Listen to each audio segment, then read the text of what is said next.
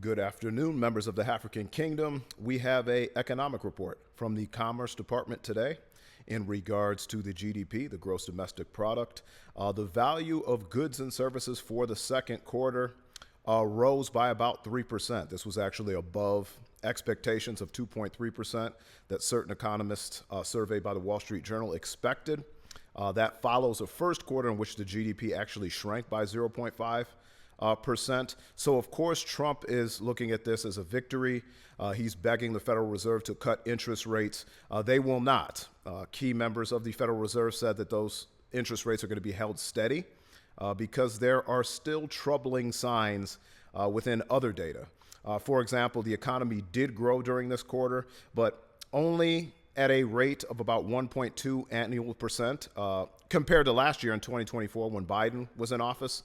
The growth for the year was 2.5%. So it's about half. It's projected to be about half of what it was during Biden's last year.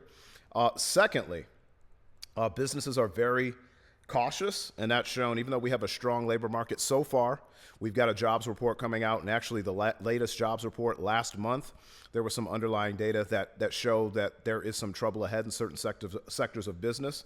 But there was a slowdown, a weakness in business investment during the second quarter, and analysts project that's going to continue into the third quarter because of the ongoing trade wars and disputes between the United States and all of their trading partners.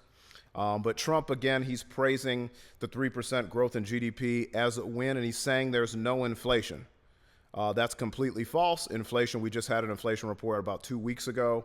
Inflation rose from June to July, or from May to June, excuse me, and it was about 2.7%, the last reading. The July report will come out in about mid-August, so we'll see what that reads. But again, there are troubling signs, okay? Although the U.S. economy returned to growth in the second quarter, there are soft spots beneath those positive headline numbers. It was boosted by a big drop in imports. Consumer spending, the engine of the U.S. economy, strengthened, while again, business investment weakened. So stay tuned. The effects of those tariffs will still be coming within the next 2 months, 2 weeks, no, within about probably 2 months at this point. So wait for the additional reports over the next 60 days. You're going to see these weaknesses and fractures in the economy. It's not simply about GDP.